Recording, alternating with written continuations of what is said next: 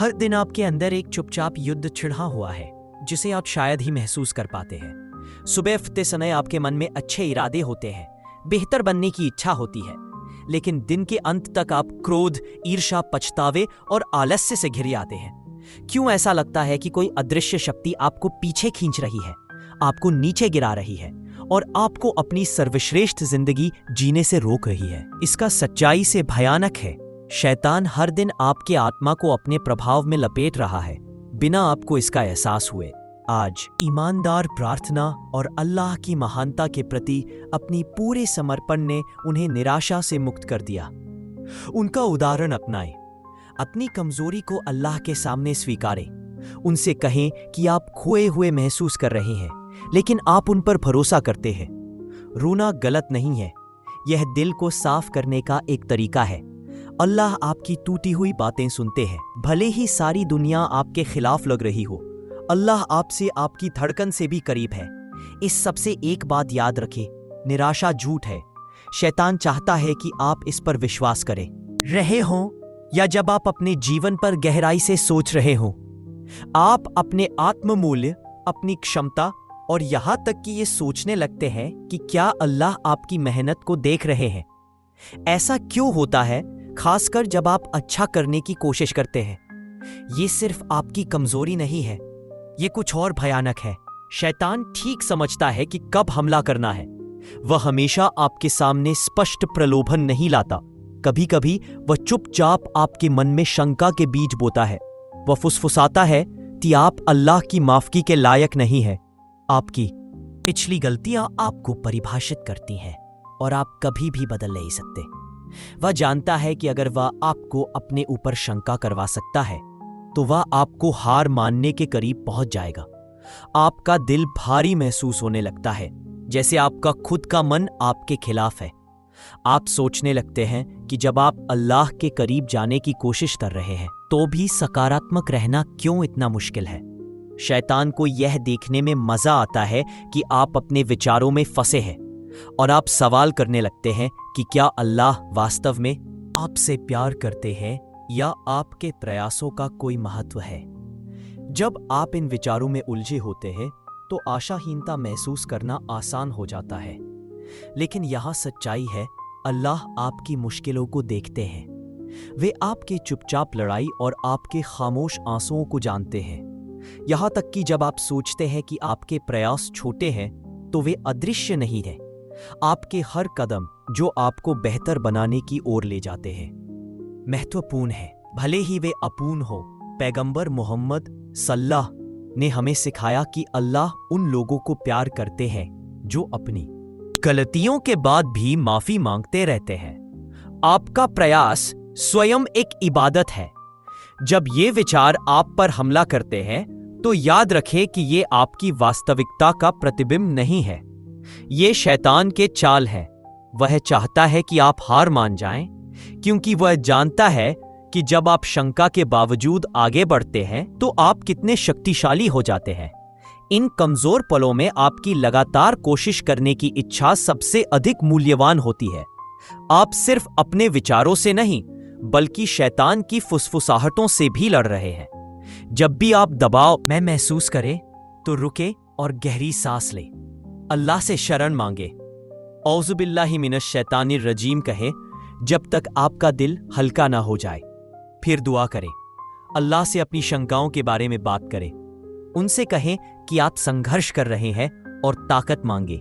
या अल्लाह, मेरे दिल को शैतान की फुसफुसाहटों से मजबूत करें, मुझे शांत दें और मेरी मदद करें मेरे मन को पार करने में। आप इस लड़ाई में अकेले नहीं हैं। कई मोमिन इसी संघर्ष से गुजरते हैं। यह आपकी कमी नहीं है कि आप ऐसा महसूस करते हैं, वास्तव में आपकी इच्छा करना। एक बार इन आदतों की जड़ें पड़ जाए तो फज्र के लिए उठना मुश्किल हो जाता है, कुरान खोलना बोझिल लगता है, दुआ करना इतना जरूरी नहीं लगता। आलस्य का सबसे नुकसानदायक पहलू यह है कि यह आपको नजरअंदाज करने में आरामदायक बना देता है। आपको शुरू में शायद दोष भी नहीं लगता। आप खुद को यह समझाते हैं कि आप बाद में पकड़ लेंगे, आप छूटी हुई नमाज को पूरा कर लेंगे, सप्ताहांत में अतिरिक्त कुरान पढ़ लेंगे। लेकिन धीरे धीरे टालने की आदत सामान्य हो जाती है। इबादत के प्रति आपका तत्परता का बोध खो जाता है। शैतान तो ये एक जीत है। ये छोटे कार्य आपको शैतान की पकड़ से मुक्त करने का तरीका है। जब आपका मन एक युद्ध क्षेत्र बन जाए तो उसे अल्लाह की याद से भर दे। कुरान की तिलावत सुने, खासकर जब आप दबाव में महसूस करें। अल्लाह के शब्दों में ऐसी शक्ति है जो शैतान को सहन नहीं होती। अपनी जुबान को सुभान अल्लाह और अल्हम्दुलिल्लाह के साथ गीला रखें। स्वयं पर शंका करने का संघर्ष वास्तविक है, लेकिन आप कमजोर नहीं हैं। आप मजबूत हैं, क्योंकि आप अभी भी कोशिश कर रहे हैं, आगे बढ़ रहे हैं और अपने ईमान को पकड़े हुए हैं। अल्लाह आपके प्रयास को देखते हैं और आपकी मजबूती की सराहना करते हैं। कभी मत सोचिए कि आपका संघर्ष अदृश्य है। शैतान की फुसफुसाहटें जितनी जोरदार लगे, अल्लाह की रहमत उससे भी ज्यादा जोरदार है। खुद पर विश्वास रखें, क्योंकि अल्लाह आप पर विश्वास करते हैं। चाहे आप 1000 बार गिरे, 1001 बार उठे, आगे बढ़ते रहें। आपकी यात्रा मूल्यवान है और आपका शंका के खिलाफ लड़ना आपके ईमान का सबूत है। शैतान की फुसफुसाहटों को अपने मन में जगह मत दे। पार्ट 2, जब निराशा आपको खाली कर देती है। क्या आपने कभी ऐसा महसूस किया है कि जीवन बहुत भारी हो गया है, जैसे कि सारी दुनिया आपके कंधों पर टिकी हुई है? आप दुआ करते रहते हैं, लेकिन स्थिति बदतर होती जाती है। आप आशा को पकड़ने की कोशिश करते हैं, लेकिन वो आपके हाथों से फिसल जाती है। आप सोचने लगते हैं कि क्या अल्लाह ने आपको भूल दिया है या आपकी दुआएं बिल्कुल सुनी नहीं जा रही है। ये एक अंधेरा है जो आपके दिल को घेर लेता है, आपको फंसा देता है और थका देता है। कभी कभी ऐसा लगता है कि दुनिया आगे बढ़ रही है, जबकि आप उसी जगह पर खड़े हैं। आप दूसरों को खुशी, सफलता और शांति पाते देखते हैं और आप सोचते हैं, मुझे क्यों नहीं? मैं क्या गलत कर रहा हूं? आप मजबूत होना चाहते हैं, लेकिन निराशा और संघर्ष का बोझ लगातार बढ़ता जाता है। ऐसा महसूस होता है जैसे आप एक खिड़की और रोशनी रहित कमरे में फंसे हुए हैं, जहां से बाहर निकलने का कोई रास्ता नहीं है। यह निराशा, यह छोड़ दिए जाने का एहसास, यही वह है जो शैतान चाहता है कि आप महसूस करें। वह जानता है कि जब निराशा आपके दिल पर कब्जा कर लेती है तो आप कमजोर हो जाते हैं। वह फुसफुसाता है कि आपकी जिंदगी में कोई सुधार नहीं होगा, आपके प्रयास बेकार हैं, आप सजा पा रहे हैं, या अल्लाह से कोई परवाह नहीं है। शैतान सिर्फ आपको दर्द महसूस करवाना नहीं चाहता, वह चाहता है कि आप ये मान ले कि दर्द ही आपका भाग्य है। वह चाहता है कि आप हार मान जाएं, क्योंकि जब आप हार जाते हैं तो वह जीत जाता है। लेकिन यहाँ एक बात है जो शैतान नहीं चाहता कि आप जानें, आपकी उदासी और निराशा भी इबादत बन सकती है। पैगंबर मोहम्मद सल्लल्लाहु ने भी बहुत सारी मुश्किलों का सामना किया। उन्होंने प्रियजनों को खोया, वफादारी का सामना किया और शारीरिक और मानसिक दर्द सहा। फिर भी वे अल्लाह की रहमत पर कभी भरोसा नहीं खोए। इसके बजाय वे अपने दुख को दुआ में बदल देते थे और अपने संघर्ष को मजबूती में परिवर्तित करते थे। शैतान आपको यह भुला देना चाहता है कि आपकी मुश्किलों का एक मकसद है। वह आपको सिर्फ दर्द पर ध्यान देने के लिए प्रेरित करता है, न कि इससे होने वाली वृद्धि पर। समझिए, अल्लाह आपको बिना किसी कारण के मुश्किलों से नहीं गुजरने देते। कभी कभी वे आपको किसी बदशगुनी से बचाने के लिए यह करते हैं, और कभी कभी वे आपके दिल को साफ करने या आपको सब्र सिखाने के लिए यह करते हैं। परीक्षाओं में छुपे बरकत है, लेकिन शैतान आपको उनसे अंधा कर देता है, दर्द को बढ़ाकर। हारने की सीमा पर पहुंच जाते हैं तो शैतान अपनी पकड़ कस लेता है। वह आपको यह समझाता है कि आप इससे आगे नहीं बढ़ सकते, खुद को अलग कर ले, अल्लाह से दूर रहे और अपने दुख में डूब जाए। लेकिन याद रखें, निराशा अल्लाह से नहीं आती। यह शैतान का सबसे शक्तिशाली हथियार है, क्योंकि यह आपको अल्लाह की योजना पर सवाल करने पर मजबूर करता है। जब निराशा आप पर छा जाए तो सबसे पहले इसे मान ले, इसे अनदेखा मत करें।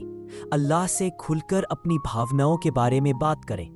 उनसे कहे कि आप संघर्ष कर रहे हैं, आपका दिल भारी है और आपको उनकी मदद की जरूरत है। अगर आपको सही शब्द न मिले तो बस कहें, या अल्लाह, मुझे दर्द हो रहा है, मेरी मदद करें।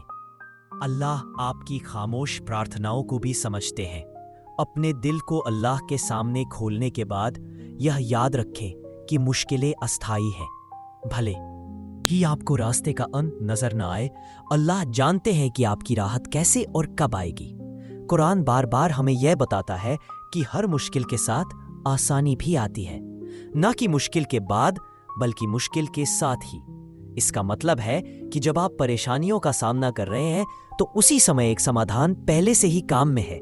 आपका काम यह है कि आप धैर्य बनाए रखें, हार न माने और अल्लाह से मार्गदर्शन के लिए दुआ करते रहें। जब निराशा असहनीय लगे तो अपना ध्यान कृतज्ञता की ओर मोड़े।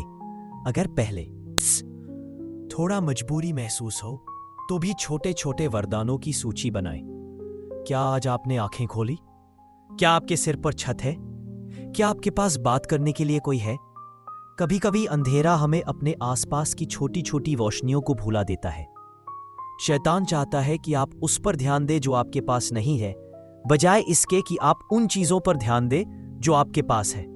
इसका मुकाबला करने के लिए छोटी सी आरामदायक चीज के लिए भी अल्हम्दुलिल्लाह कहना शुरू करें।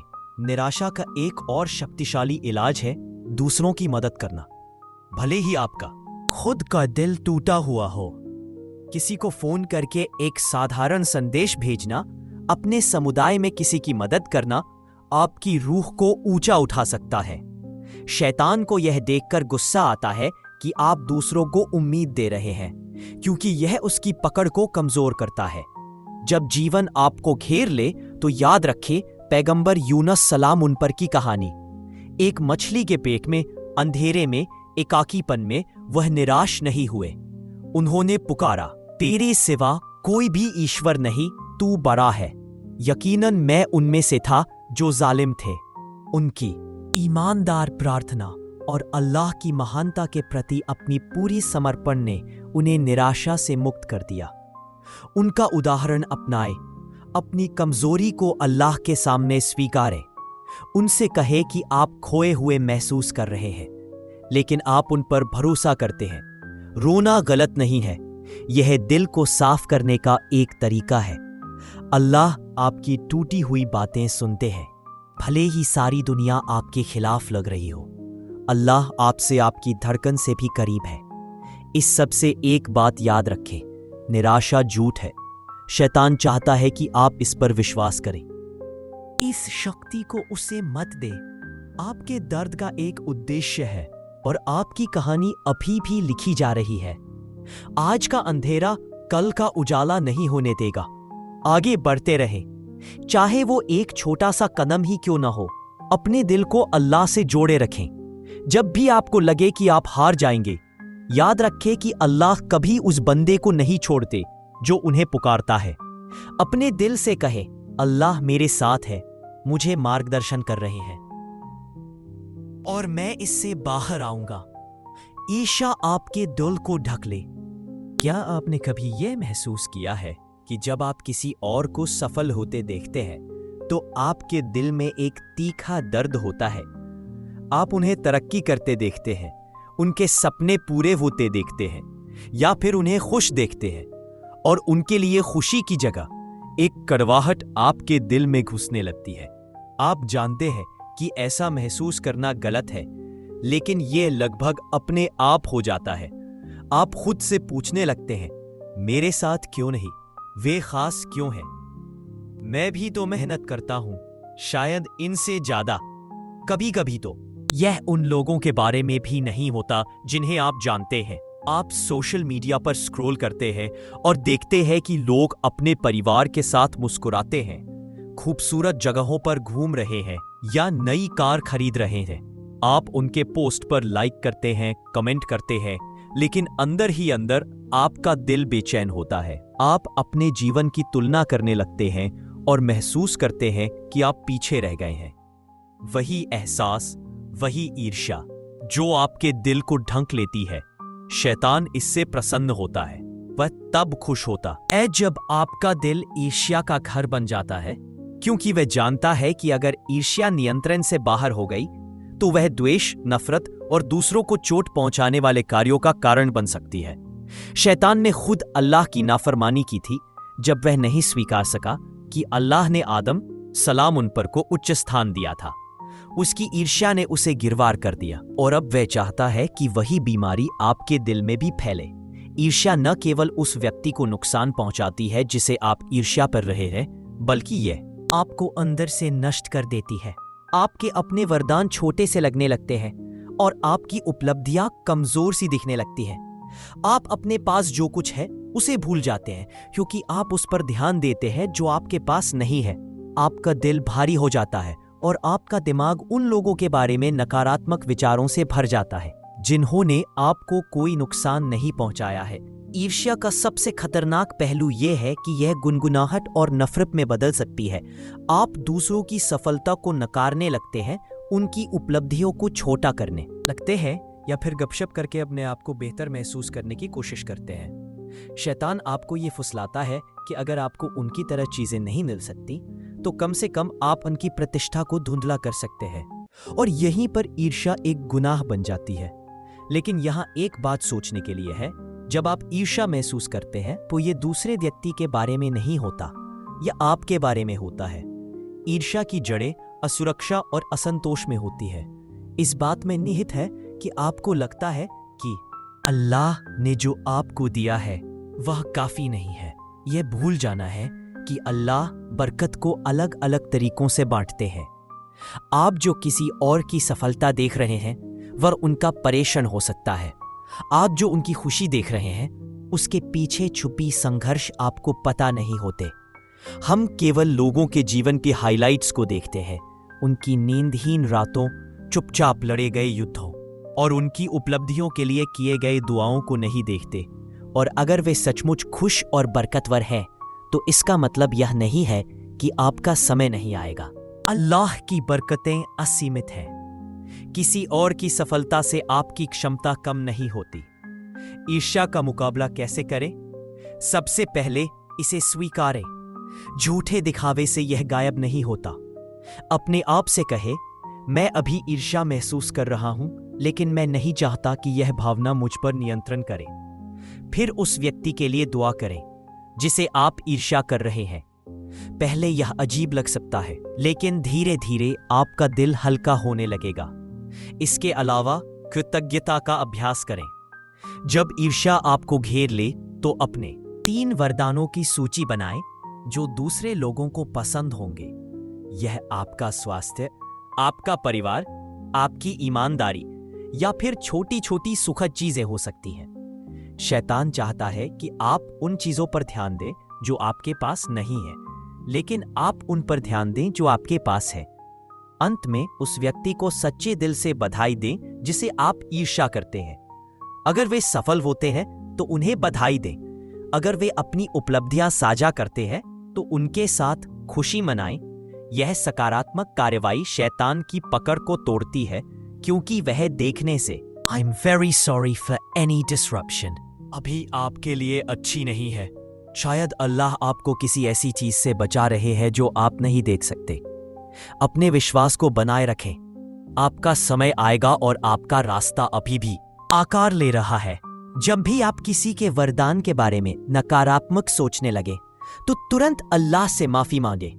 कहें, या अल्लाह, मेरे दिल को साफ करो और मुझे जो तुमने दिया है उससे संतुष्ट करो। इसके बाद शैतान की फुसलाहटों से बचने के लिए दुआ पढ़ें। शैतान रजीम से दूर रहे और अपनी आत्मा को शांत करें। हिंसा और ईर्ष्या का मुकाबला करने के सबसे सुंदर तरीकों में से एक है ईश्वरीय दुआओं के माध्यम से दूसरों के पास जो कुछ भी है उसकी इच्छा करने के बजाय अल्लाह से यही प्रार्थना करें कि वह आपको वह सब कुछ दे जो आपके लिए सबसे अच्छा है। संतोष, ज्ञान और आभारी हृदय के लिए प्रार्थना करें। या अल्लाह, मेरी ईर्ष्या को आभार में बदल दो। मेरा हृदय शांत करो और अपने फैसले से मेरी आत्मा को संतुष्ट करो। ईर्ष्या आपको जरूरी नहीं खा जाए। यह एक ऐसी भावना है जिसे प्रेरणा और सकारात्मकता में बदला जा सकता है। दूसरों की सफलता आपको कड़ी मेहनत करने के लिए प्रेरित करे, ईमानदार दुआएं करने के लिए और अल्लाह की योजना में आशावान रहने के लिए। यह समझे कि अल्लाह की उदारता की कोई सीमा नहीं है। किसी और को बरकत मिलने से ये नहीं होता कि आपके लिए कम होगा। अल्लाह के खजाने कभी खत्म नहीं होते। शैतान के आलिंगन को तोड़े, ईर्ष्या को इस तरह से न छोड़े कि वह आपको ग्रास न कर ले। इसे प्रशंसा में बदले, प्रेरणा में बदले और अल्लाह के करीब जाने का एक अवसर बनाए। आप भी बरकत के योग्य हैं, लेकिन जब तक आपका हृदय पवित्र न हो तब तक आप उन्हें प्राप्त नहीं कर सकते। दूसरों की खुशियों में खुशी मनाएं और अल्लाह आपके हृदय को हल्का, मन को शांत और आपकी बरकतों को अधिक कर देगा। पाठ 4। जब पश्चाताप आत्मघृणा में बदल जाता है।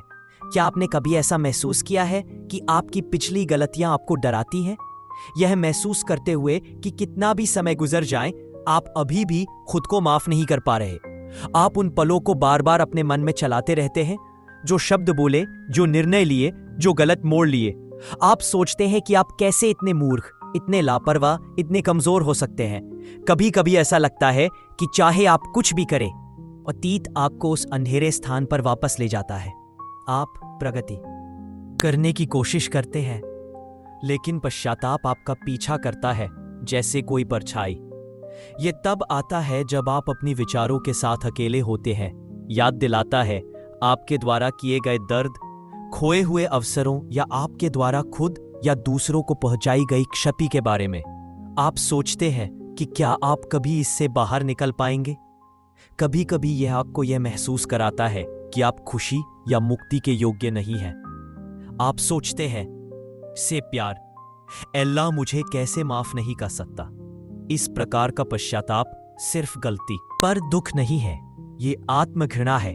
यह सिर्फ पिछले को बदलने की इच्छा नहीं है, यह महसूस करना है कि पिछला आपको परिभाषित करता है और यही वह जगह है जहां शैतान आपको रखना चाहता है।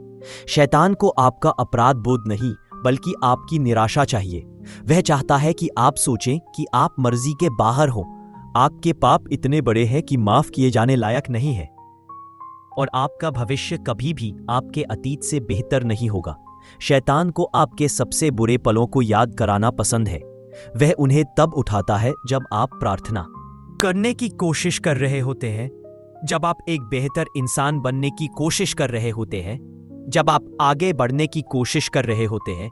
ऐसा लगता है जैसे वह कह रहा हो, तुम कौन हो? तुम तो बस एक पापी हो, तुम परिवर्तन के योग्य नहीं हो। वह चाहता है कि आप सोचें कि आपके पापों का दाग स्थायी है और कोई भी पछतावा आपको फिर से साफ नहीं कर सकता। लेकिन यह सच्चाई है जो शैतान नहीं चाहता कि आप जानें। पश्चाताप का उद्देश्य परिवर्तन की ओर ले जाना है, निराशा की ओर नहीं। यह आपको विनम्र बनाने के लिए है, टूटने के लिए नहीं। जब आप गलती करते हैं, पश्चाताप महसूस करना स्वाभाविक और यहां तक कि लाभदायक भी है। यह दर्शाता है कि आप अपनी गलती को पहचानते हैं और बेहतर होना चाहते हैं। लेकिन शैतान इस स्वस्थ भावना को नष्ट करने की कोशिश करता है, जो आपको अपने आप से नफरत करने के लिए प्रेरित करता है। यदि अल्लाह ने पहले ही वादा किया है कि वह सबसे अधिक क्षमाशील और दयालु है, तो आप क्यों उस चीज को पकड़े हुए हैं जिसे वह माफ करने को तैयार है? अल्लाह की रहमत आपके किसी भी पाप से बड़ी है। चाहे आप कितनी भी गहराई में गिर गए हों, अल्लाह का पछतावे का दरवाजा हमेशा खुला है। वह उनसे प्यार करता है जो उसकी ओर लौटते हैं, भले ही वे एक ही गलती 100 बार कर चुके हों। पैगंबर मोहम्मद सल्लल्लाहु ने हमें सिखाया कि यदि अल्लाह का कोई बंदा ईमानदारी से पछतावा करता है तो अल्लाह उसे इस तरह माफ कर देता है जैसे उसने कभी वह पाप नहीं किया। कल्पना कीजिए, आपका पूरा पिछला हिसाब साफ, आपका अतीत मिटा हुआ, लेकिन शैतान नहीं चाहता कि आप इस माफी पर विश्वास करें। वह चाहता है कि आप सोचें कि आपका पाप आपको हमेशा के लिए परिभाषित करता है। वह आपको पश्चाताप में इतना गहरा डुबो दे कि आप कभी उससे ऊपर न उठ पाए। शैतान का सबसे बड़ा झांसा यह है कि वह आपको यह महसूस कराए कि आपका पाप ही आपकी पहचान है। आप अपनी गलतियों नहीं हैं, आप अपनी विफलताओं नहीं हैं, आप अल्लाह के एक बंदे हैं जिन्होंने एक गलती की और वह गलती आपकी पहचान नहीं है। जब आप पश्चाताप को आत्मघृणा में बदल देते हैं तो आप शैतान को अपने अतीत में फंसे रहने देते हैं।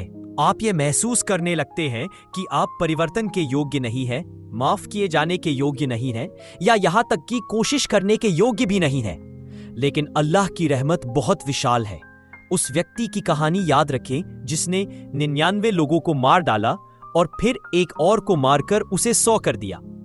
जब उसने पछतावा करना चाहा तो लोगों ने कहा कि उस तरह के व्यक्ति के लिए कोई उम्मीद नहीं है, लेकिन वह हार नहीं माना। उसने एक विद्वान से मार्गदर्शन मांगा, जिसने उसे बताया कि अल्लाह की रहमत उसके पापों से बड़ी है। अपने सुधार के लिए जाते समय उसकी मृत्यु हो गई और अल्लाह ने उसकी ईमानदारी देखते हुए उसे माफ कर दिया। यदि एक ऐसा व्यक्ति जो 100 लोगों को मार चुका था, अल्लाह की खातिर ईमानदारी से पछतावा करने पर माफ किया जा सकता है, तो आपके बारे में क्या? आपकी गलतियां आपको बहुत बड़ी लग सकती हैं, लेकिन वे अल्लाह की असीम रहमत की तुलना में कुछ भी नहीं है। शैतान इसे जानता है, इसलिए वह आपको अपने अपराध बोध से जकड़े रहने के लिए प्रेरित करता है।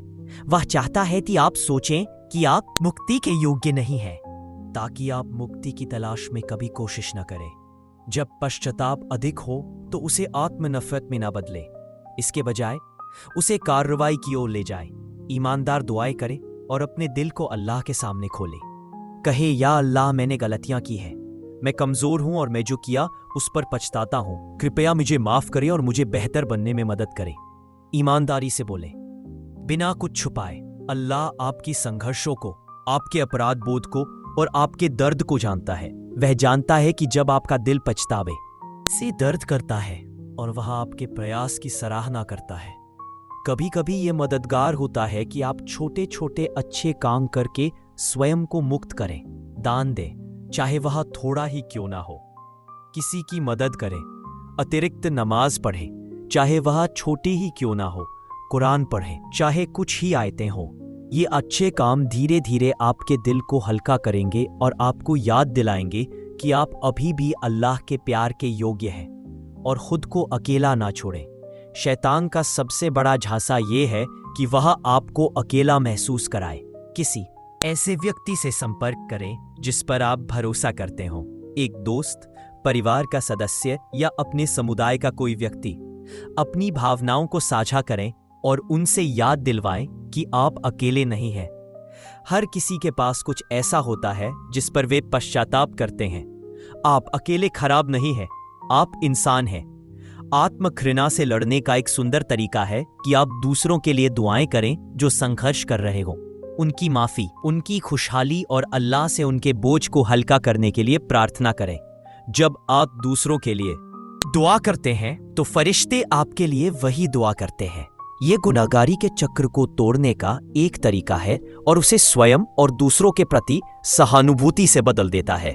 याद रखें, अल्लाह आप पर कभी नहीं हार मानता, इसलिए खुद पर हार मत मानिए। चाहे आप कितनी भी बार गिरे, अल्लाह की ओर लौटते रहिए। शैतान आपको अपनी विफलताओं की याद दिलाता रहेगा, लेकिन अपने आप को अल्लाह के वादे की याद दिलाते रहिए। अल्लाह की रहमत में निराश न हो। अल्लाह सभी पापों को माफ करता है। कुरान 39:53। शैतान के आलिंगन को अपने अपराध बोध से दबाकर मत छोड़िए। आपका अतीत आपके भविष्य को परिभाषित नहीं करता। आपकी गलतियां आपके भाग्य को निर्धारित नहीं करती। अल्लाह की रहमत आपके पापों से हमेशा बड़ी रहे। आत्मघृणा से बाहर निकले, अल्लाह की माफी में विश्वास करके, उसकी रहमत को सक्रिय रूप से तलाश करके और अपने आप को बेहतर बनाने के लिए काम करके। आप पूर्ण नहीं हैं, लेकिन आप बचाए जाने लायक हैं। अल्लाह आपके परिवर्तन की क्षमता में विश्वास करता है, पर आपको भी ऐसा ही करना चाहिए। पाठ 5। जब घमंड आपको अंधा कर दे। क्या आपने कभी ऐसा महसूस किया है कि जब आपने कुछ बड़ा हासिल किया तो आपको घमंड का एहसास हुआ? आपने कड़ी मेहनत की, प्रयास किया और उसका परिणाम मिला। सफलता का अनुभव करना अच्छा लगता है। अपने प्रयासों को मान्यता मिलना, अपनी मेहनत के फल को देखना। लेकिन कभी कभी घमंड चुपचाप धीरे धीरे आपके दिल में घुस आता है और आपको पता भी नहीं चलता कि वह आपके हृदय पर नियंत्रण कर चुका है। यह छोटे छोटे तरीकों से शुरू होता है। शायद आप दूसरों से तुलना करने लगते हैं, सोचते हैं मैं उनसे बेहतर काम कर रहा हूं। आप दूसरों की गलतियों को अपनी गलतियों की तुलना में ज्यादा नोटिस करने लगते हैं। आप सोचने लगते हैं कि आपका काम करने का तरीका ही सही है और जो भी इससे असहमत है वह समझ नहीं पा रहा है। धीरे धीरे घमंड एक ऐसा लेंस बन जाता है जिससे आप दुनिया को देखने लगते हैं। आप खुद को बेहतर, अधिक पवित्र, अधिक योग्य समझने लगते हैं और शैतान इसे पसंद करता है। उसे आपको स्पष्ट पापों में फंसाने की जरूरत नहीं है जब वह आपको घमंड में फंसा सकता है। घमंड खतरनाक है क्योंकि यह आपको अपनी खुद की गलतियों से अनजान बना देता है। यह आपको अपने दोषों को देखने से रोकता है और आपको दूसरों पर नजर उठाने के लिए प्रेरित। शायान ये स्वीकार नहीं कर सका कि किसी और को उससे ऊंचा दर्जा दिया गया है और उसका घमंड उसकी गिरावट का कारण बना। वह अपनी विद्रोही प्रवृत्ति को नहीं देख सका। उसने सिर्फ यह देखा जो उसे अपनी श्रेष्ठता का विश्वास था। यह घमंड का जाल है। यह आपको अपने दोषों के प्रति अंधा बनाता है जबकि दूसरों के दोषों को बढ़ा चढ़ा कर दिखाता है। आप इसे होते हुए भी शायद नहीं महसूस करेंगे। आप सोचने लगते हैं कि आपको किसी की सलाह नहीं चाहिए क्योंकि आपको पहले से ही सब कुछ पता है। आप दूसरों की राय सुनना बंद कर देते हैं क्योंकि आप मानते हैं कि आप ज्यादा ज्ञानी हैं। आप यह भी महसूस करने लगते हैं कि आपको अपनी उपलब्धियों या दर्जे के कारण विशेष व्यवहार या सम्मान प्राप्त होना चाहिए। कभी कभी घमंड अपने आप को सही मार्गदर्शन के रूप में प्रस्तुत करता है। आप सोचते हैं मैं सही रास्ते पर हूं और वे नहीं। मैं अपने धर्म का सही तरीके से पालन कर रहा हूं और वे नहीं। लेकिन इसके बजाय कि उन लोगों के प्रति दया का भाव रखें जो संघर्ष कर रहे हैं, घमंड आपको श्रेष्ठ महसूस कराता है। आप भूल जाते हैं कि इस दिशा निर्देश को ईश्वर की ओर से एक वरदान है, न कि आपकी किसी व्यक्तिगत उपलब्धि का परिणाम। शायान चाहता है कि आप यह मान लें कि आपकी सफलता पूरी तरह से आपके अपने प्रयासों का परिणाम है।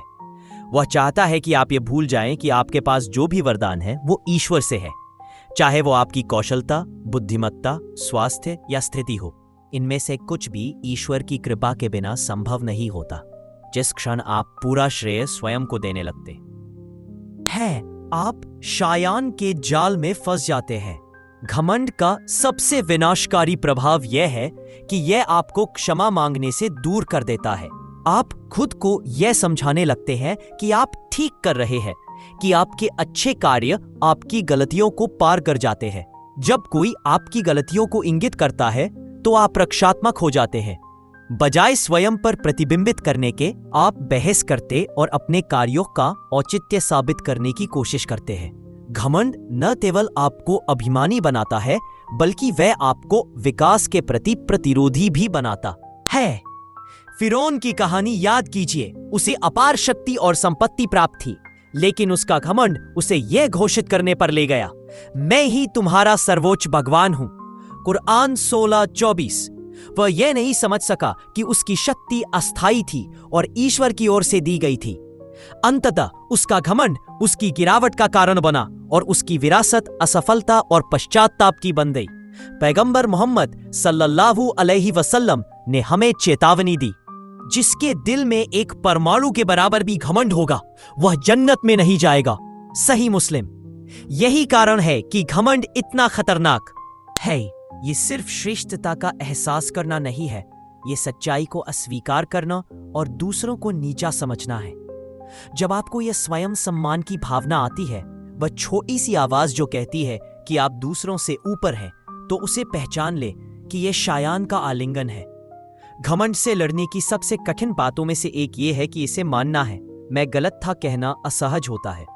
माफी मांगना, अपनी गलतियों को स्वीकार करना, सलाह मांगना, ये सब अधिकारिता के लिए आवश्यक है, लेकिन यह असहजता आध्यात्मिक विकास के लिए आवश्यक है। विनम्रता घमंड का विपरीत है। यह स्वीकार करना है कि आप सब कुछ नहीं जानते, आप गलतियां कर सकते हैं और दूसरों की उनके दोषों के बावजूद भी कीमत होती है। घमंड से लड़ने का एक व्यावहारिक तरीका है कि आप अपने दोषों को याद रखें। इसे एक आदत बनाएं कि आप स्वयं की जिम्मेदारी लें। रात को सोने से पहले अपने दिन पर विचार करें। क्या आपने किसी पर ऊपरी नजर डाली? क्या आपने किसी की राय को अस्वीकार कर दिया क्योंकि आप सोचते थे कि आप बेहतर जानते हैं? क्या आपने किसी पर श्रेष्ठता का एहसास किया? स्वयं को जवाबदेह रखना आपको जमीन पर टिकाए रखता है। अपने दिल को नरम रखने का एक और तरीका है दूसरों की सेवा करना। घमंड आपको खुद पर केंद्रित करता है, लेकिन दूसरों की सेवा करने से आपका दृष्टिकोण बदलता है। स्वयं सेवा करे, किसी की मदद करे बिना किसी प्रतिदान की उम्मीद के, या सिर्फ किसी की समस्याओं को बिना निर्णय लिए सुने। जब आप दूसरों को खुद से पहले रखते हैं तो आप उस श्रेष्ठता की भावना को कम करते हैं। नियमित रूप से दुआ करें, ईश्वर से प्रार्थना करें कि वह आपके दिल को शुद्ध करे। कहे, या ईश्वर मुझे। The African Witch Doctor.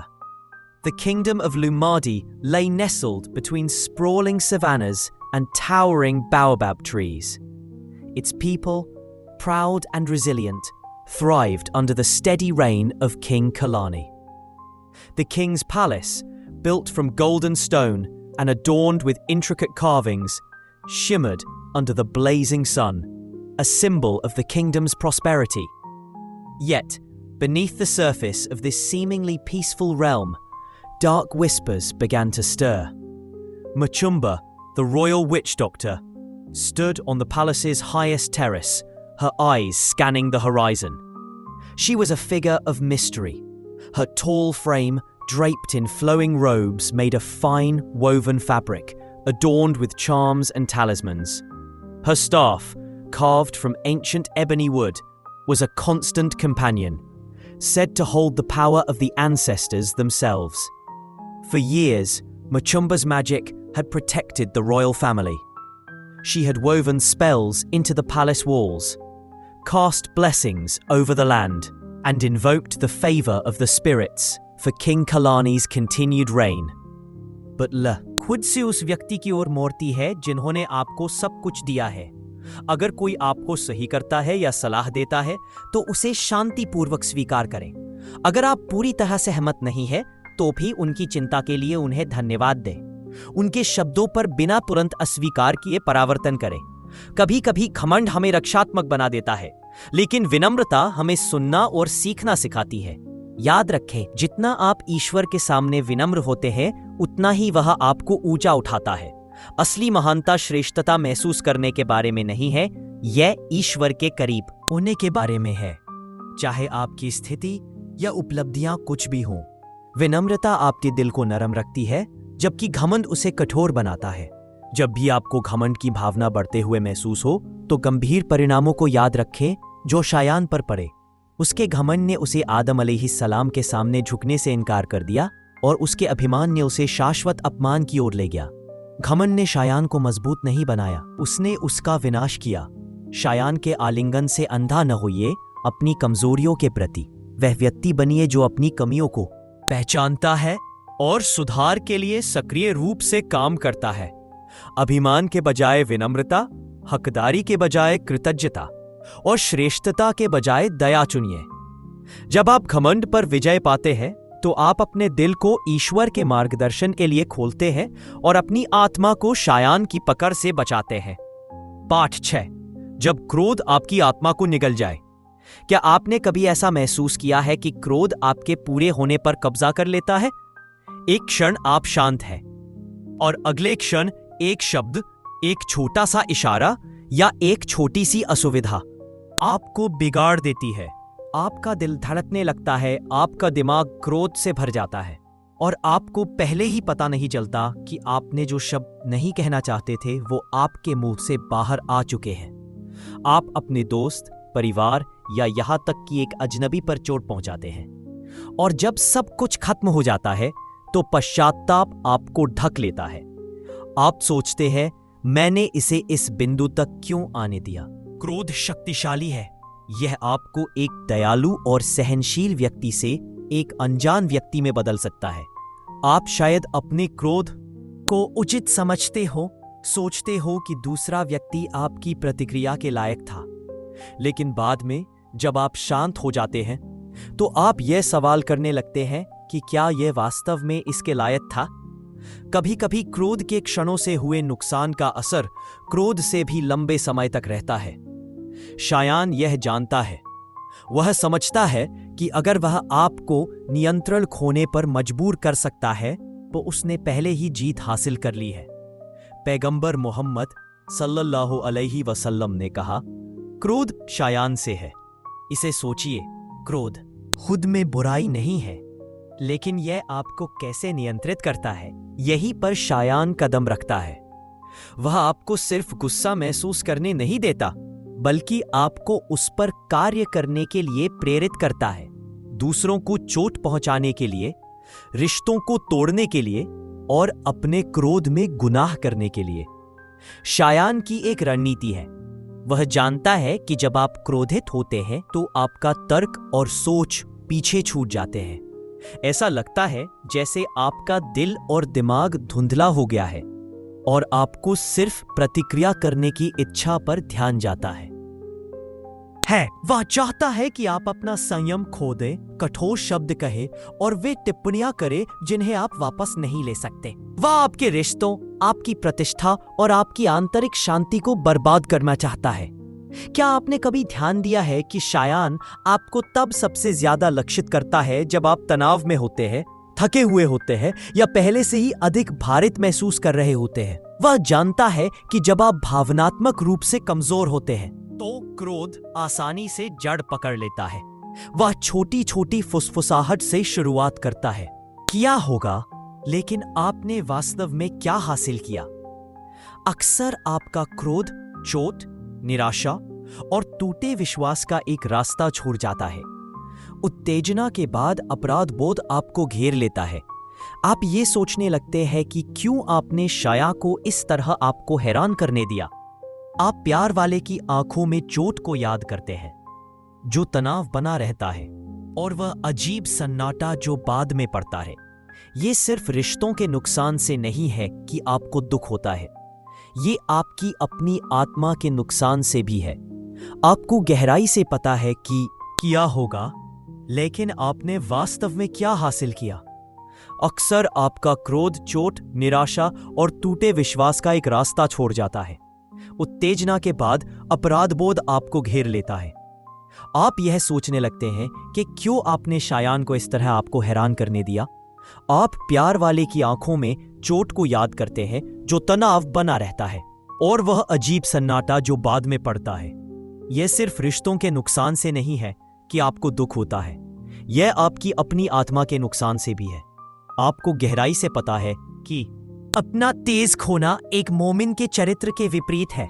पैगंबर मोहम्मद सल्लल्लाहु अलैहि वसल्लम ने कहा, मजबूत वह नहीं है जो लोगों को अपनी ताकत से परास्त कर देता है, बल्कि मैं शैतान से पनाह चाहता हूं, मैं अल्लाह की ओर से। शैतान के प्रभाव से बचने के लिए यह एक शक्तिशाली ढाल भी है। आप सीधे अल्लाह की रक्षा मांग रहे हो उसके प्रभाव से। कभी कभी इसे एक बार कहना पर्याप्त नहीं होता। इसे तब तक दोहराएं जब तक आपको छाती में तंगी कम न हो जाए। जब क्रोध आपको भर ले तो गहरी सांस लेने के लिए एक पल ले लें। धीमी और सावधानी पूर्वक सांस लेने से आपको नियंत्रण वापस मिलता है। लक्ष्य है उसे इस तरह से प्रबंधित करना कि वह आपको पाप की ओर न ले जाए। जवाब देने से पहले खुद को एक पल के लिए चुप रहने दे।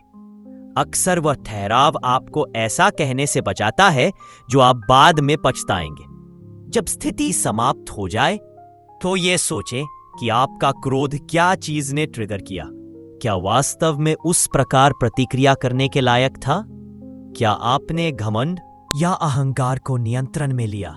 कभी कभी खुद से ईमानदारी से बात करने से यह समझ में आता है कि समस्या उतनी बड़ी नहीं थी जितनी उस समय लग रही थी। माफी मांगना भी इस प्रक्रिया में एक महत्वपूर्ण कदम है। क्रोध के कारण हुए नुकसान को ठीक करने का यह एक अहम हिस्सा है। शैतान को यह बिल्कुल पसंद नहीं है कि आप अपने आप को झुकाएं। वह चाहता है कि आपका अहंकार आपको अपनी गलती स्वीकार करने से रोके, लेकिन उस अहंकार को निगलना और माफ कीजिए कहना शैतान पर एक जीत है। यह आध्यात्मिक परिपक्वता और माफी मांगने की इच्छा वाले दिल का संकेत है। सहानुभूति का अभ्यास करें। दूसरे व्यक्ति के दृष्टिकोण पर विचार करें। क्या वे वास्तव में आपको चोट पहुंचाना चाहते थे, या आपने ऐसा मान लिया क्योंकि आप पहले से ही तनाव में थे? कई बार हमारा क्रोध हमारी खुद की असुरक्षाओं या अनसुलझी भावनाओं में जड़ी होती है। इस बात का एहसास होने से आपको भविष्य में संघर्ष का अधिक शांतिपूर्ण तरीके से सामना करने में मदद मिलती है। क्रोध प्रबंधन का मतलब अपनी भावनाओं को दबाना नहीं है, इसका मतलब है उन पर काबू पाना। यह बुद्धिमत्ता का चयन करना है। आवेग के बजाय शांति का चयन करना है संघर्ष के बजाय, और विश्वास का चयन करना है क्रोध के बजाय। अगली बार जब आपको क्रोध पड़ता हुआ महसूस हो तो याद रखें, शैतान है जो आपकी आत्मा पर नियंत्रण पाने की कोशिश कर रहा है। अपने आप से कहे, मैं उसे उस शक्ति नहीं दूंगा। हमेशा सही होने या आखिरी शब्द बोलने की जरूरत को छोड़ दे। कभी कभी चुप्पी ज्यादा कहती है गर्मागर्म शब्दों की तुलना में। कभी कभी एक मधुर प्रतिक्रिया ही झगड़े को बेहतर तरीके से निपटाती है चिल्लाने की तुलना में। पैगंबर सलाम उन पर ने यहां तक कि उकसाए जाने पर भी शांति का प्रदर्शन किया। उनका चरित्र हमें सिखाता है कि धैर्य कमजोरी नहीं है, यह ताकत है। जब आप लगातार शांतिपूर्वक जवाब देने का चयन करते हैं तो आप विश्वसनीयता और बुद्धिमत्ता की प्रतिष्ठा बनाते हैं। लोग आपके आसपास सुरक्षित महसूस करते हैं क्योंकि वे जानते हैं कि आप हर उकसावे पर फट नहीं पड़ेंगे। यह सिर्फ रिश्तों में ही फायदेमंद नहीं है, यह आपके अपने दिल में शांति भी लाता है। आप यह नोटिस करना शुरू कर देते हैं कि आप कम तनाव में हैं, अधिक धैर्यवान हैं और अल्लाह के करीब को आराम से लेटे हुए पाया है, जानते हुए कि नमाज का समय है, लेकिन फिर भी उठने की हिम्मत नहीं होती। आप सोचते हैं कुछ मिनट और, लेकिन वे मिनट घंटों में बदल जाते हैं और आप अपनी नमाज खो देते हैं। या शायद आपने सोने से पहले कुरान पढ़ने की योजना बनाई थी, लेकिन आपकी आंखें बहुत भारी थीं और आपने खुद से वादा किया कि आप इसे कल कर लेंगे। ये सिर्फ नमाज पर ही नहीं रुकता, कभी कभी ये सामान्य अच्छे कामों के बारे में होता है। आप जानते हैं कि आपको वॉलंटियरिंग करनी चाहिए, अपने परिवार को आराम से लेते हुए पाया है, जानते हुए कि नमाज का समय है, लेकिन फिर भी उठने की हिम्मत नहीं होती। आप सोचते हैं कुछ मिनट और, लेकिन वे मिनट घंटों में बदल जाते हैं और आप अपनी नमाज खो देते हैं। या शायद आपने सोने से पहले कुरान पढ़ने की योजना बनाई थी, लेकिन आपकी आंखें बहुत भारी थीं और आपने खुद से वादा किया कि आप इसे कल कर लेंगे। यह सिर्फ नमाज पर ही नहीं रुकता, कभी कभी यह सामान्य अच्छे कामों के बारे में होता है। आप जानते हैं कि आपको वॉलंटियरिंग करनी चाहिए, अपने परिवार की मदद करनी चाहिए या अल्लाह को याद करने के लिए समय बिताना चाहिए, लेकिन ऊर्जा नहीं है। आप खुद से कहते रहते हैं मैं बाद में करूंगा, लेकिन वह बाद कभी नहीं आता। आलस्य चालाक है। ये ऐसा नहीं लगता कि ये एक सीधा पाप है। ये झूठ बोलने, चोरी करने या पीछे से बदजन करने जैसा स्पष्ट नहीं है। वास्तव में ये खुद को आराम या स्वयं की देखभाल के रूप में छुपाता है। आप सोचते हैं कि आप बस एक ब्रेक ले रहे हैं या खुद को थोड़ा आराम दे रहे हैं, लेकिन वास्तव में आलस्य धीरे धीरे है। आप सोच सकते हैं मैं जब ज्यादा ध्यान लगाने वाला होऊंगा तब नमाज पढ़ लूंगा, या जब मैं थका हुआ नहीं होऊंगा तब कुरान पढ़ लूंगा। लेकिन शैतान जानता है कि जितना अधिक आप टालेंगे, उतनी ही अधिक संभावना है कि आप इसे पूरी तरह से छोड़ देंगे। कभी कभी आलस्य को उचित ठहराया जाता है। आपका दिन लंबा था, आप मानसिक रूप से थके हुए हैं। आप सोचते हैं कि अल्लाह समझेंगे क्योंकि आप थके हुए हैं, और जबकि यह सच है कि अल्लाह आपकी मुश्किलों और सीमाओं को जानता है, शैतान उस रहमत को आपको आरामदेह बनाने के है। आप सोच सकते हैं मैं जब ज्यादा ध्यान लगाने वाला होऊंगा तब नमाज पढ़ लूंगा, या जब मैं थका हुआ नहीं होऊंगा तब कुरान पढ़ लूंगा। लेकिन शैतान जानता है कि जितना अधिक आप टालेंगे, उतनी ही अधिक संभावना है कि आप इसे पूरी तरह से छोड़ देंगे। कभी कभी आलस्य को उचित ठहराया जाता है। आपका दिन लंबा था, आप मानसिक रूप से थके हुए हैं।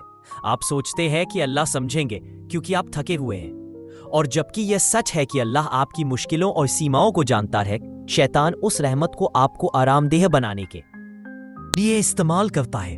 आप ये सोचना शुरू कर देते हैं कि हर छोटी असुविधा इबादत छोड़ने का बहाना है।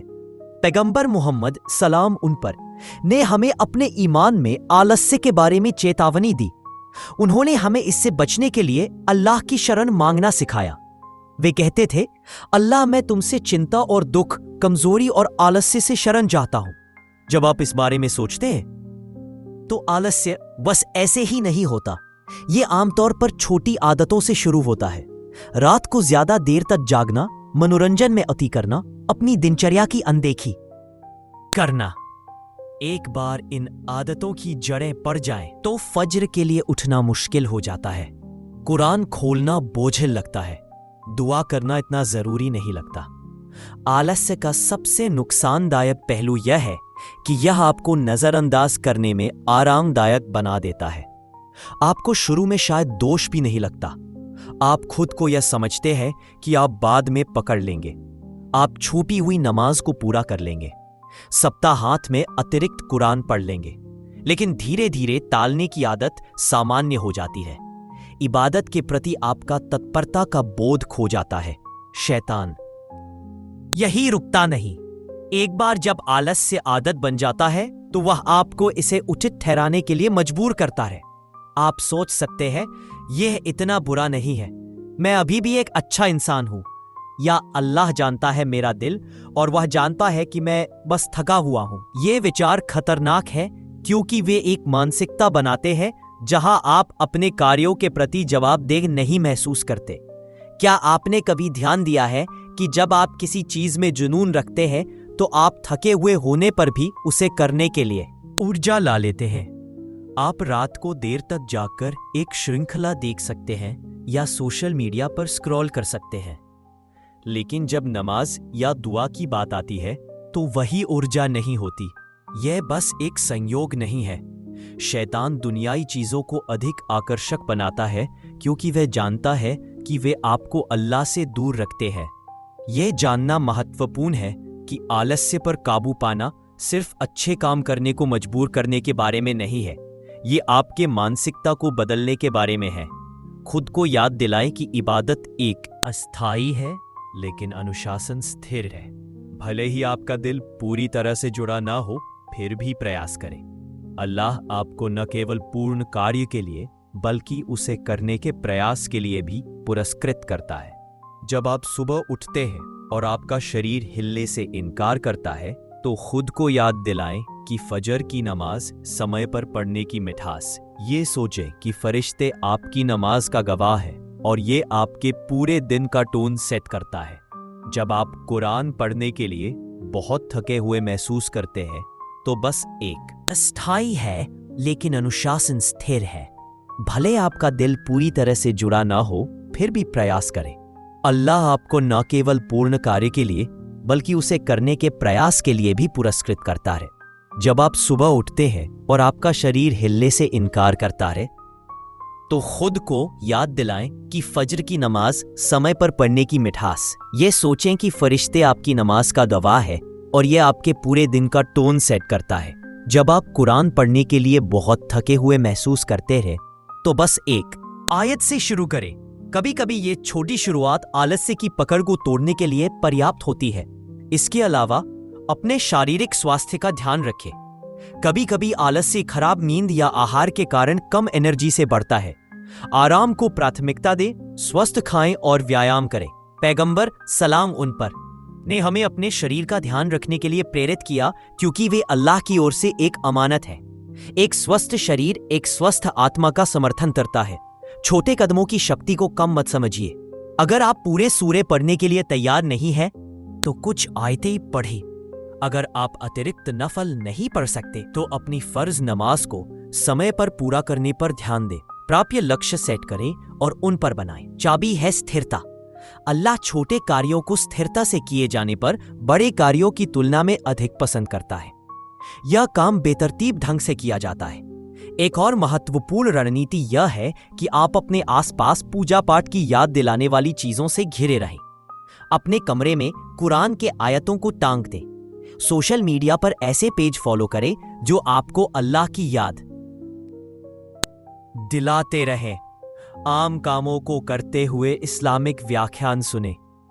जितना अधिक आप यादगारों में डूबेंगे, शैतान को आपके मन में आलस्य भरने के लिए उतनी ही कम जगह मिलेगी। और जब आप उस आलस्य पर काबू पाकर नमाज पढ़ने या कुरान पढ़ने उठते हैं तो बस जल्दी से नहीं पढ़ें। एक पल के लिए खुद पर गर्व महसूस करें, घमंड से नहीं बल्कि शुक्र से कि अल्लाह ने आपको शैतान पर लड़ने की ताकत दी। समझें कि जब भी आप आलस्य पर काबू पाते हैं तो आप अपनी निद्रा की इच्छाओं और शैतान के आलिंगन के खिलाफ एक लड़ाई जीतते हैं। अंत में लगातार दुआ करें, अल्लाह से प्रार्थना करें कि वह आपको आलस्य से बचाए और आपके दिल में पूजा पाठ के प्रति उत्साह भरे। कहें, या अल्लाह, पूजा पाठ को मेरे लिए प्यारा बनाओ, मेरे दिल को तुम्हारी याद करने के लिए उत्सुक बनाओ, मुझे आलस्य के जाल से बचाओ और मुझे अपने विश्वास में लगातार बने रहने में मदद करो। आलस्य एक ऐसा संघर्ष है जिससे हम सभी गुजरते हैं, लेकिन यह अघुलनशील नहीं है। सचेत रहकर, अनुशासन बनाकर और अल्लाह की मदद लेकर आप देरी और टालमटोल के चक्र से मुक्त हो सकते हैं। शैतान आलस्य को सहज बनाता है, लेकिन सच्ची आराम अल्लाह के नौकर के रूप में अपने उद्देश्य को पूरा करने से मिलता है। शैतान के आलस्य के आलिंगन में मत पड़ो। खड़े हो, वो नमाज पढ़ो, वो आयत पढ़ो, वो दुआ करो। आपकी आत्मा को पूजा पाठ से मिलने वाली शांति का हक है और अल्लाह को आपका प्रयास पसंद आएगा, चाहे वह कितना भी छोटा क्यों ना हो।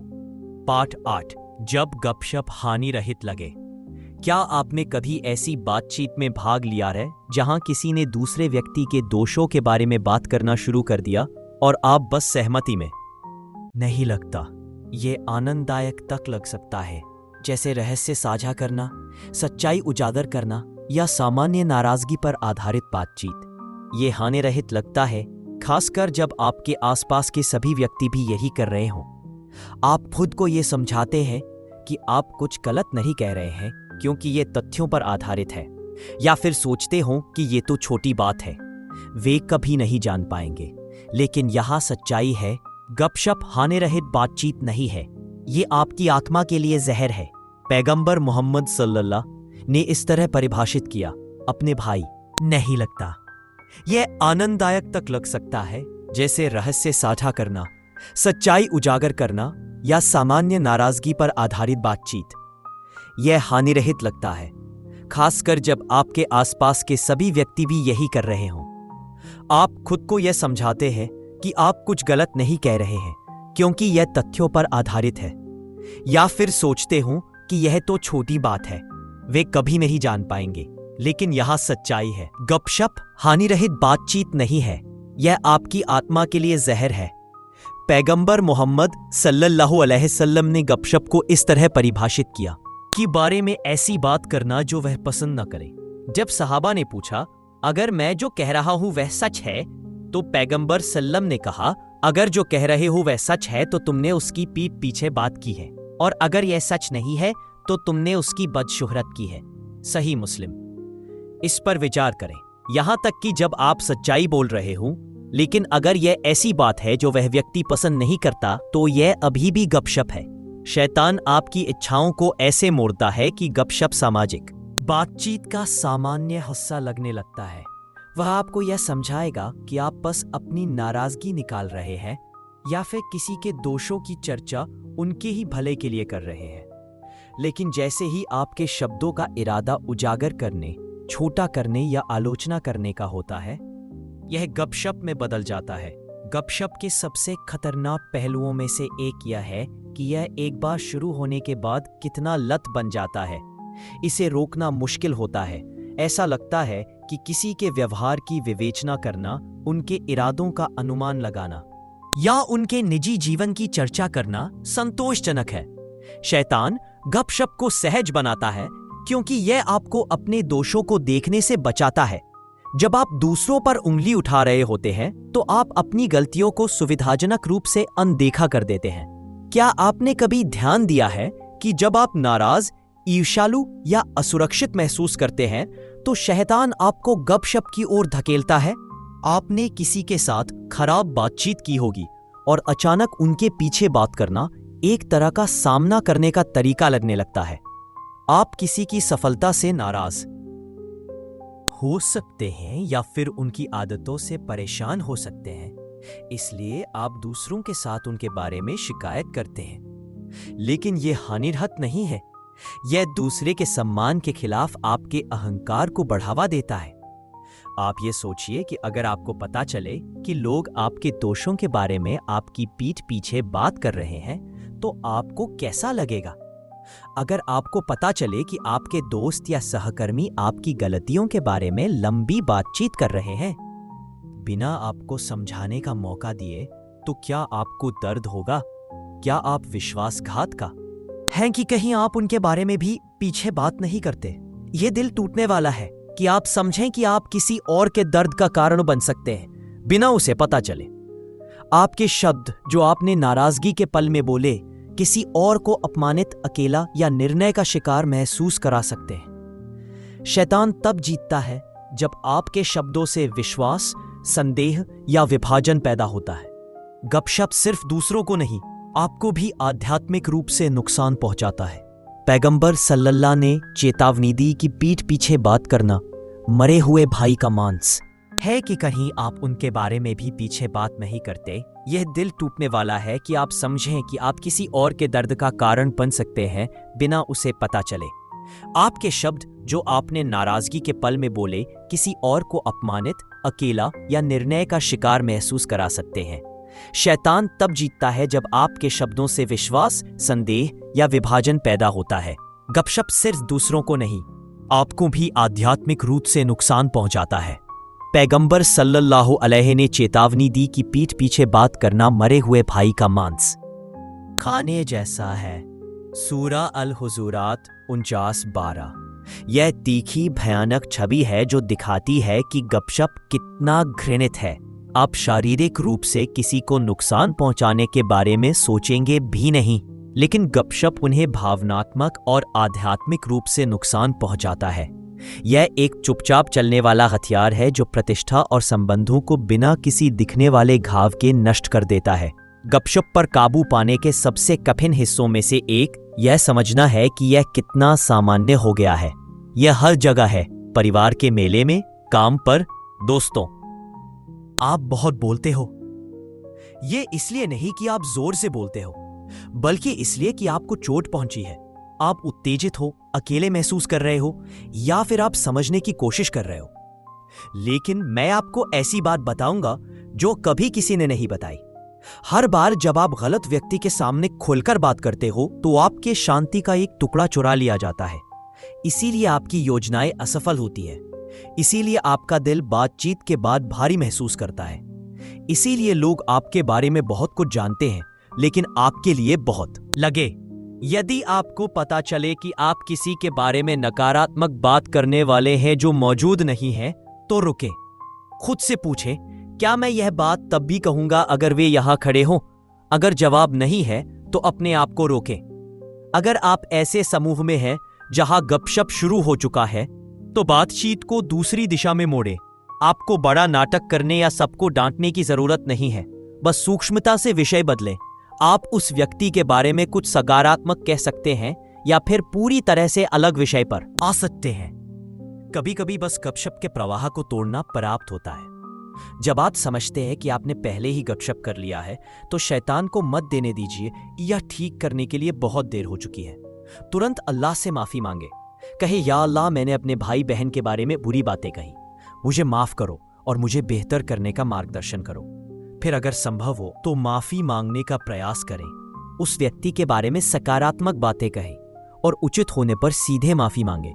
गपशप से बचने का सबसे अच्छा तरीका है अपने दोषों को याद रखना। खुद को याद दिलाएं कि आप पूरी तरह से परिपूर्ण नहीं हैं। अगर अल्लाह आपके पापों को उजागर कर दे तो आपको कैसा लगेगा अगर लोग उनके बारे में खुलकर बात करें? अपनी कमियों को समझने से आपका दिल नम्र रहता है और दूसरों की आलोचना करने से दूर रहता है। जब भी आपको गपशप सुनाई दे, उस व्यक्ति के लिए दुआ करें। यह पहले अजीब लग सकता है, लेकिन यह आपके दिल को नरम कर देगा। कहें, या अल्लाह, मेरे भाई बहन को मार्गदर्शन और सुरक्षा दो, उन्हें अपनी कृपा से नवाजो और उनकी गलतियों को ढक दो। इस तरह आप एक नकारात्मक स्थिति को अच्छे का मौका बना लेते हैं। इसके अलावा अपने आसपास ऐसे लोगों से घिरे रहें जो दूसरों के सम्मान का ख्याल रखते हैं। अच्छी संगत आपको याद दिलाएगी कि पीठ पीछे बात करना गलत है। असली दोस्त गपशप को प्रोत्साहित नहीं करेंगे। वे या तो चुप रहेंगे या फिर खुद विषय बदल देंगे। अगर आपका दोस्तों का ग्रुप अक्सर गपशप में लिप्त है, तो एक कदम पीछे हटें और उन संबंधों का पुनर्मूल्यांकन करें। अंत में याद रखें कि आपके द्वारा बोले गए हर शब्द का हिसाब रखा जाता है। जज्म के दिन आप अपने शब्दों को अपने सामने पड़े देखेंगे। आप ऐसी स्थिति में नहीं होना चाहेंगे जहां आपके अच्छे काम उनको स्थानांतरित किए जाएं जिनके बारे में आपने गपशप किया था। अपने कामों की रक्षा करने के लिए अपनी जीभ की रक्षा करें। शैतान के आलिंगन को तोड़ने के लिए गपशप के बजाय चुप्पी और निर्णय के बजाय सहानुभूति चुनें। अपने शब्दों का उपयोग ऊपर उठाने के लिए करें, नीचे गिराने के लिए नहीं। याद रखें, सच्ची ताकत दूसरों के दोषों को उजागर करने में नहीं, बल्कि उनके सम्मान की रक्षा करने में है। अच्छा,